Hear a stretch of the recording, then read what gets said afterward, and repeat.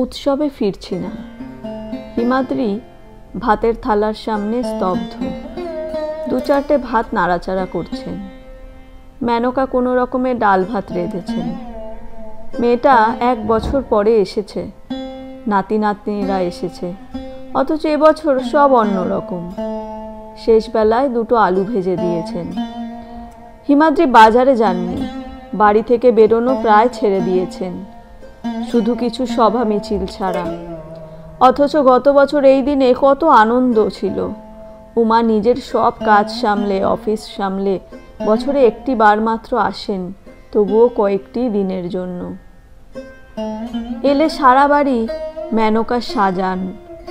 আসে নতুন পর্দা, নতুন চাদর, সারা বাড়ি জুড়ে কত আলো।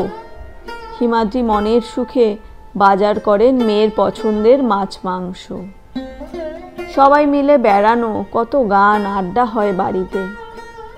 জামাই আশুতোষ কদিন পরে আসে, সবাই মিলে বাড়িতে জলসা বসে।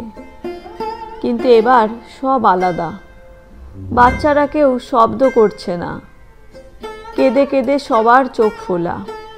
কোনো রকমে 2টো ভাত মুখে দিয়ে পাশের ঘরে যায় উমা।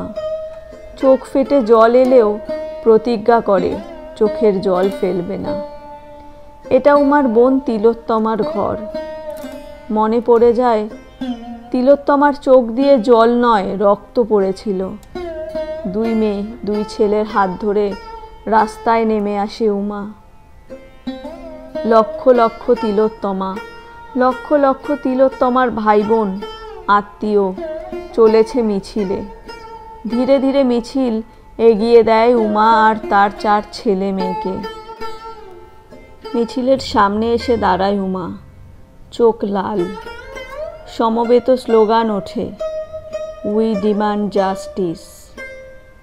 সুদূর প্রবাসে লাইভ দেখতে দেখতে বুঝে যায় আশুতোষ অসুর বিনাশ না করে এবার উমা ফিরবে না। ফিরবে না বোনের মৃত্যুর বিচার না করে। ল্যাপটপ বন্ধ করে ব্যাগ গোছায় আশুতোষ, যুদ্ধক্লান্ত উমার পাশে দাঁড়ানোর জন্য। ভালো লেগে থাকলে একটি লাইক করবেন, চ্যানেলটি সাবস্ক্রাইব করবেন। ধন্যবাদ।